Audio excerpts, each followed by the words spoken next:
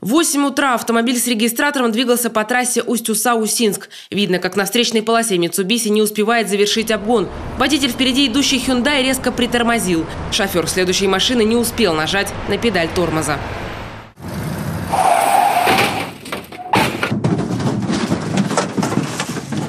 Volkswagen с регистратором протаранил сначала попутную легковушку, которая затем задела встречный кроссовер и ушла в кювет. К счастью, в этой аварии серьезно никто не пострадал, чего не скажешь об автомобилях.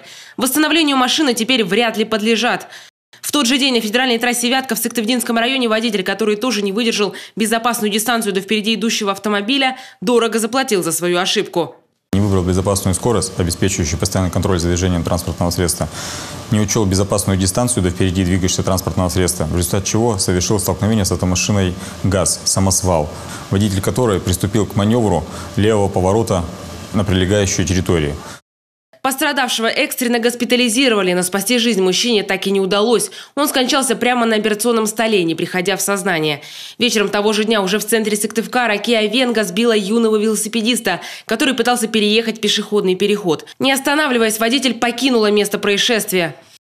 Девушка-водитель была установлена, и у нее имелись признаки алкогольного опьянения, то есть запах алкоголя изо рта.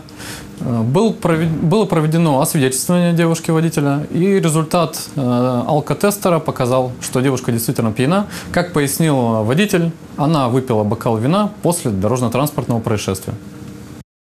10-летний школьник получил ушиб коленного сустава. Оказалось, девушка-нарушитель уже была лишена прав на 1,5 года в апреле 2016-го за отказ от прохождения теста на алкоголь. Теперь срок лишения водительского удостоверения, вероятнее всего, значительно увеличат. Но вот будет ли это препятствием для автоледи? Большой вопрос.